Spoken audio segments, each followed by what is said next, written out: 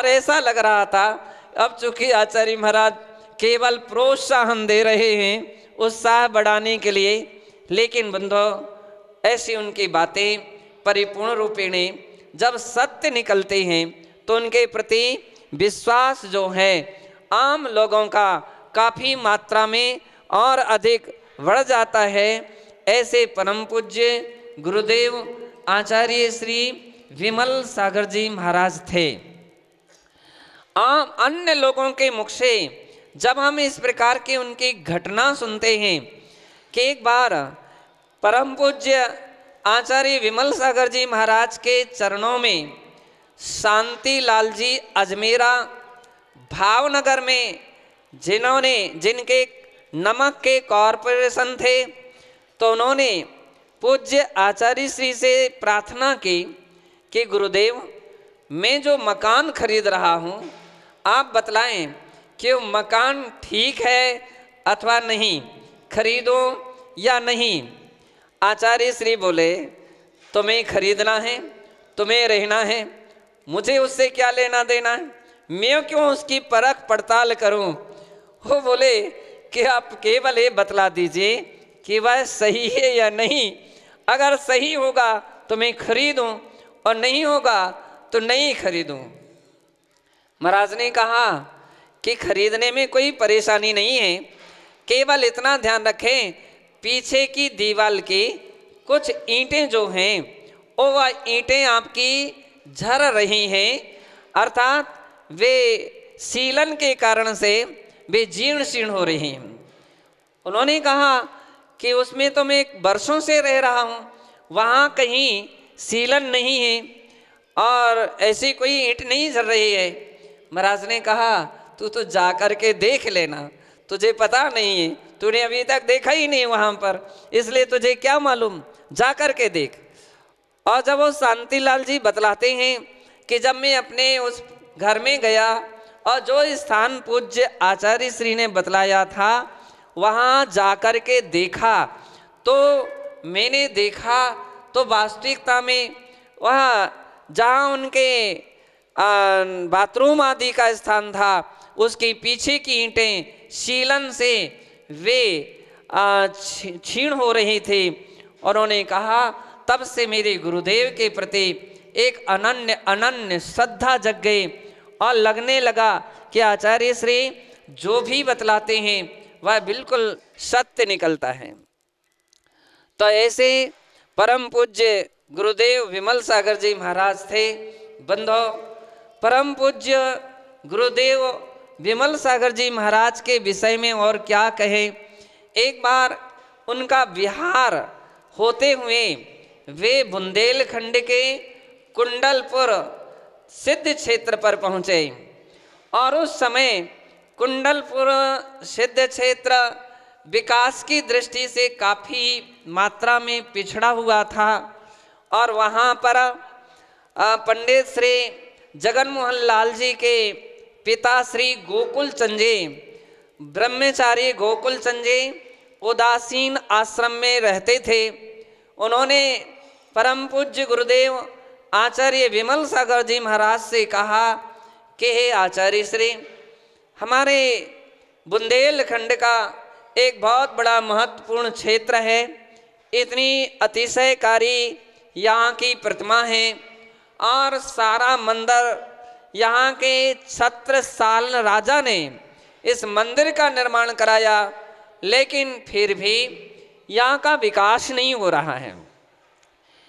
78-72 इतने मंदिर हैं और उन सारे मंदिरों के पुजारी की वेतन भी हम लोग नहीं दे पाते हैं और भी कर्मचारियों का पूरा खर्चा भी नहीं निकाल पाते हैं। कोई ऐसा उपाय बतलाएं ताकि हम अपने क्षेत्र का विकास कर सकें। पूज्य गुरुदेव विमल सागर जी महाराज ने कहा कि पंडित जी, विकास होगा कैसे, भगवान की दृष्टि अड़ रही है दीवाल से और दृष्टि बाहर नहीं पहुंच पा रही है, तो विकास नहीं हो सकता है। विकास होने के लिए दृष्टि बाहर जाना आवश्यक होता है। उस समय मंदिर का दरवाज़ा इतना छोटा था कि लोगों के लिए बैठ करके अंदर बड़े बाबा के मंदिर में प्रवेश करना पड़ता था। बैठ करके उसमें प्रवेश करते थे। इतना छोटा दरवाज़ा था। तो सभी के मन में बात आ गई कि भाई महाराज कह रहे हैं और उनकी बातें सत्य निकलती हैं, लेकिन इतना बड़ा रिस्क कौन ले सकता है? क्या मंदिर का दरवाज़ा बड़ा कैसे किया जा सकता है? तो काफ़ी चर्चाएं हुई, सारी मीटिंग हुई, समिति की बैठक हुई। गोकुल चंद जी ने उस मीटिंग में एक बात रखे। उन्होंने कहा कि आचार्य महाराज का जो वचन है वह अन्यथा नहीं होगा और बिल्कुल सही होगा। अगर अपने लिए परखना है तो बड़ा दरवाज़ा ना करके भगवान के आँखों के सामने जो दीवार है तो उतने स्थान पर अपने खिड़की निकाल दें, और खिड़की निकाल देंगे तो दृष्टि भी पार हो जाएगी और अपन उसमें परख लेंगे कि भाई क्षेत्र का विकास कैसे हो सकता है। तो बतलाते हैं कि उस समय वह वहाँ खिड़की निकाली गई और भगवान की जैसी ही दृष्टि पार हुई। संभवतः वह 1967 या 68 का वर्ष था।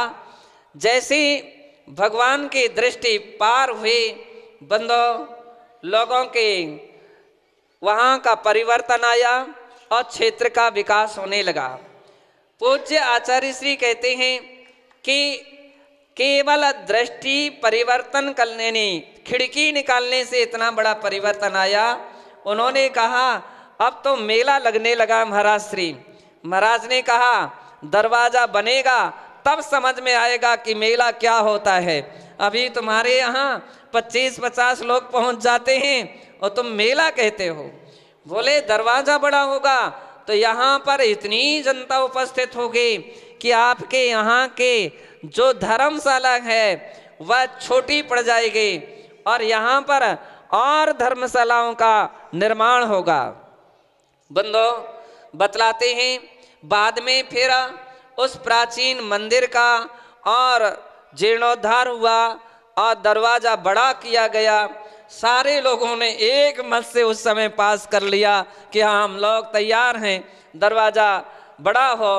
और जब दरवाजा बड़ा हुआ इसके बाद 1972 में परम पूज्य आचार्य श्री विद्यासागर जी महाराज का जो उस समय 73-74 में जब वहाँ पर आगमन हुआ और वर्षा योग हुआ, फिर तो कहना ही क्या, और उस क्षेत्र का कई गुनी मात्रा में विकास हो गया।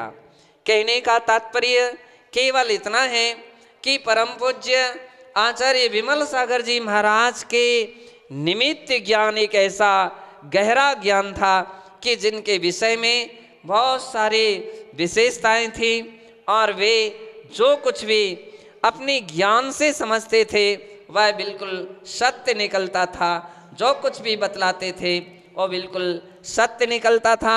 ऐसे परम पूज्य गुरुदेव आचार्य विमल सागर जी महाराज थे।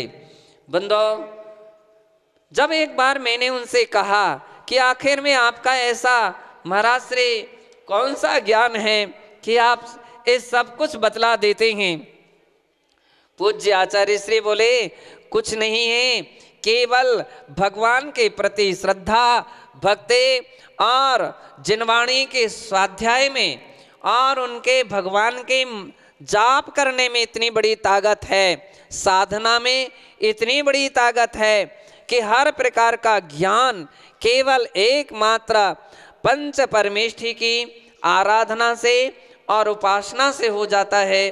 बंदो ऐसे पूज्य गुरुदेव आचार्य विमल सागर जी महाराज के लिए हम भक्ति सह उनके लिए बारंबार नमस्कार करते हैं कि धन्य है गुरुदेव आपके ऐसे निमित्त ज्ञान के लिए कि जिनके द्वारा आपने अनेकों अनेक तीर्थों का उद्धार किया है और अनेकों अनेक लोगों की श्रद्धा का भी उद्धार कर दिया है और चलायमान व्यक्तियों के लिए भी सम्यक दर्शन के पथ पर मोक्ष मार्ग पर निश्चल कर दिया है आपके लिए। इसलिए हम सब बारंबार नमस्कार करते हैं, नमस्कार करते हैं। जय बोलिए परम पूज्य वात्सल्य रत्नाकर गुरुदेव आचार्य श्री विमल सागर जी मुनि महाराज की। महाराज एक ऐसे विशाल हृदय के धनी आचार्य महाराज थे।